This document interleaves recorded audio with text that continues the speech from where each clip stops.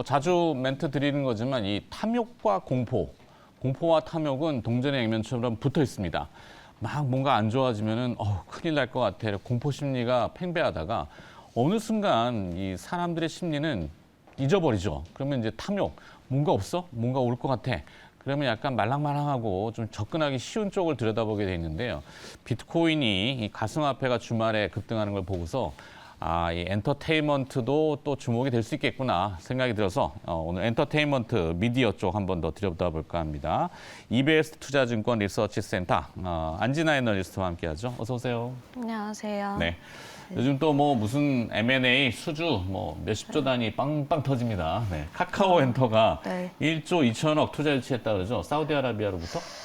네, 각각 해외 기관이랑 이제 국부 펀드로부터 각각 6천억씩 투자를 받은 상황이고요. 말씀하신 것처럼 이제 사우디 국부 펀드 6천억 그리고 싱가포르 인베스트먼트 기관의 이제 자금 유치가 6천억 해서 도합 1조 2천억 정도 자금 유치를 받았고요. 네. 한국의 이제 컨텐츠 기업으로서는 좀 최대 금액을 이제 투자 받은 최초의 사례라고 봐주시면 될 것 같아요. 그 금액으로 뭐 하려는가? 결국엔 SM인가요?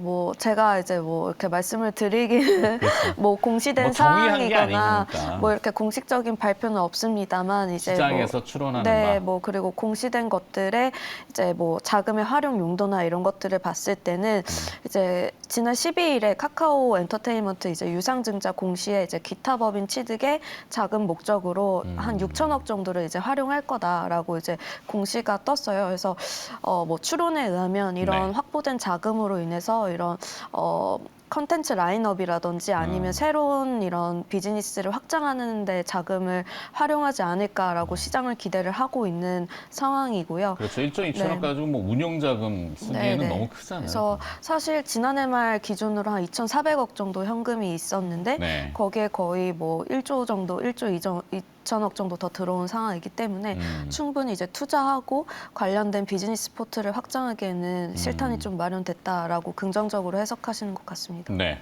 자, 그러면은 조금 더 디테일하게 넘어가서 디어유? 네. 네, 디어유라는 기업이 글로벌 팬덤 플랫폼 유니버스 인수? 이게 뭔가요? 네, 이제 게임 산업에서 이제 NC에서 이제 플랫폼 산업을 이제 출시를 했었고요. 네. 사실상 이제 하이브의 위버스 그리고 NC 소프트의 유니버스 그리고 디어유의 버블 이렇게 3대 플랫폼이 존재를 했었는데 결국에는 이제 이런 독과점의 체제로 좀 좁혀질 거다라고 이제 말씀을 드린 바가 있습니다. 그래서 사실상 NC 같은 경우는 뭐 이런 기술력이나 뭐 이런 플랫폼에서의 뭐 이런 것들을 잘 구현해낸 쪽에 테크적인 측면에선 뛰어날지는 모르겠으나 이제 IP를 확장하고 이제 엔터 쪽에 컨텐츠를 채운 데는 한계가 있기 때문에 결국에는 엔터 쪽으로 이제 유니버스를 좀 넘긴 이런 사례가 이제 발표가 됐었고요. 그래서 이제 3강 체제에서 2강 체제로 좁혀졌고 여전히 이제 시장의 1위 플랫폼은 하이브의 위버스고요. MAU가 한 700만 명 정도 규모가 됩니다.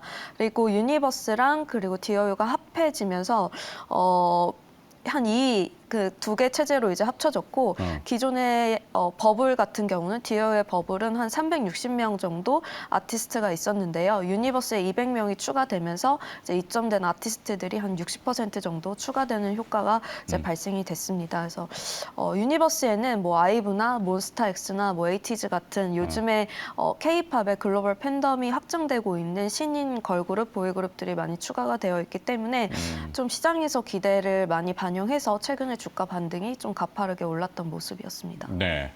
이 엔터테인먼트 원년사들의 뭐 빅4 이렇게 보통 하지만 원년 창립 멤버라고 해야 될까요? 창업주들의 움직임이 활발해요. 특히 이제 SM 엔터테인먼트 같은 경우도 이수만 총괄 프로듀서가 뭐 중동에서 얘기들 많이 하고 뭐 기사들이 많이 나오고 네. YG 엔터테인먼트는 양현석 씨, 네. 양현석 프로듀서가 직접 움직이는 기사들이 많이 나오더라고요. 그래서 네. 신인 걸그룹과 함께 세대 교체를 이 YG 양현석 총괄 프로듀서가 복귀하면서 뭔가를 풀어낼 수 있을까요? 일단은 이제 베이비몬스터라는 신인 걸그룹이 이제 블랙핑크 다음으로 7년 만에 이제 걸그룹이 새로 나오고요. 네. 1월 1일에 이제 티저를 좀 공개를 하면서 좀 기대감이 많이 커진 상황입니다. 그래서 기존에 뭐 말씀드린 것처럼 뭐 대표 프로듀서 분들이 이제 활발하게 아티스트를 지속적으로 신인 발굴에 나서고 있고 아직도 활동을 하고 있기 때문에 그런 기대감이 일부 지속이 되는 것 같고요. 이제 기존에 이제 블랙핑크를 포함해서 이제 트레저 그리고 신규 IP가 이제 드라이브하는 구간이 올해라고 저는 보고 있고요. 네. 블랙핑크 같은 경우는 지금 월드 투어를 돌고 있습니다. 그래서 50회차 중에 북미랑 이제 유럽권을 마무리하고 지금 아시아권 투어를 돌고 있고요. 24회 정도 이제 마무리를 했고 이제 나머지 절반은 이제 올해 상반기까지 아시아권 투어가 진행이 있습니다. 그리고 트레저라는 보이 그룹은 1월에 굉장히 이제 일본에서 콘서트를 성황리에 마무리를 했어요. 그래서 네. 투어가 24회 완판되면서 지금 1월 말에 또 오사카의 돔 투어가 추가적으로 앵콜 공연이 잡혀져 있는 상황이고요.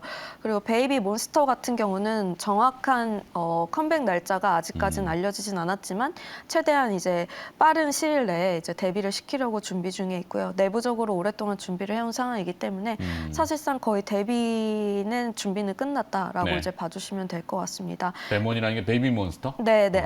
베이비 몬스터를 줄여서 이제 베이몬이라고 말씀을 네. 드렸네요. 네.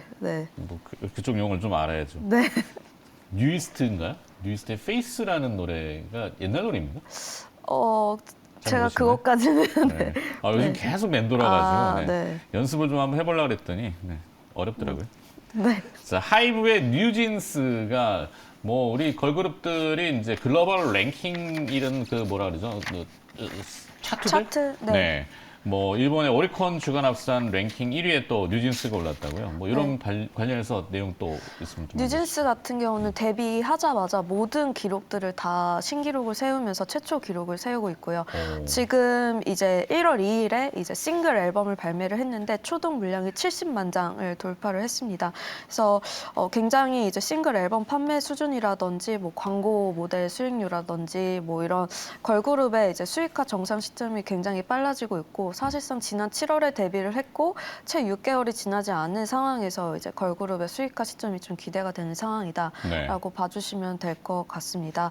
그리고 오리콘 차트의 1위뿐만이 아니라 이제 빌보드 차트인 해서 이제 일본과 이제 해외 팬덤까지도 모두 다 이제 확보하는 모습을 보이고 있고요. 뉴진스 이외에 이제 투모로우바이투게더 이제 미니 앨범이 1월 말에 또 나옵니다. 근데 선주 문량이 지금 2주 정도 남아 있는데 150만 장 이상을 좀 돌파를 하면서 아무래도 이제 더블 밀리언 셀러까지도 기대를 할 수 있는 상황까지 팬덤이 올라오고 있는 상황이고요. 네. 그래서 BTS가 그룹 활동을 중단하더라도 이제 하이브 레이블에 소속되어 있는 아티스트들의 이제 선전이 지속되면서 여전히 좀 성장성 측면에서는 우려가 좀 제한적인 상황이다라고 봐주시면 될 것 같습니다. 그렇군요. JYP 엔터테인먼트는 실적으로 이미 증명을 해주고 있어요. 지난해 4분기 역대 최대 실적 달성했다고 전망이 된다고요? 올해 실적은 좀 어떨지? 3분기, 네, 3분기 이제 그렇죠. 4분기 실적이 4분기 실적 아직 안 나오니까 나왔으니까. 네, 3분기 때 실적이 잘 나왔고요. JYP뿐만 아니라 이제 모든 엔터사들 역시 실적이 견조하게 코로나 이후부터 지속해서 잘 나오고 있는 상황이고 최고죠. 투자로 증명해 주는. 네, 그래서 OP 마진을 좀 안정적으로 이제 가장 잘 확보하면서 이제 가져갈 수 있는 엔터사라고 이제 보시면 될 것 같고요.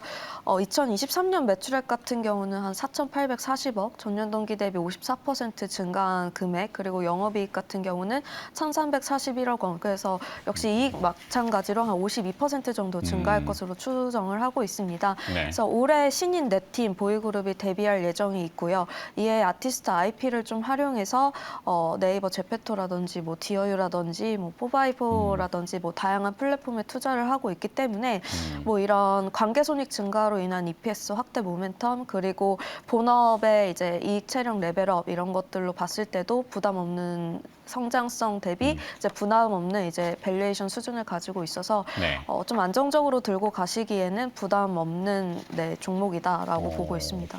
그러네. 우리나라 이 엔터테인먼트 빅4들이 뭐 이 중동 교류 요즘 많이 하잖아요.